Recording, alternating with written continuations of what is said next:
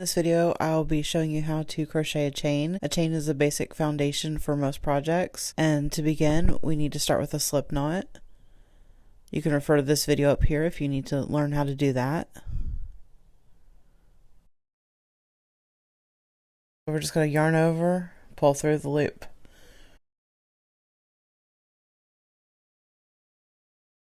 Yarn over, pull it through the loop.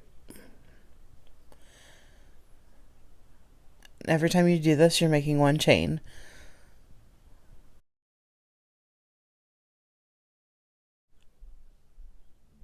I'm going to show you one more time. So I've got the slip knot on there. And make sure you don't grab the tail, you grab your working yarn. So yarn over, pull through, yarn over, pull through, yarn over, pull through. And if you have to say those words to yourself, just keep repeating it, keep practicing.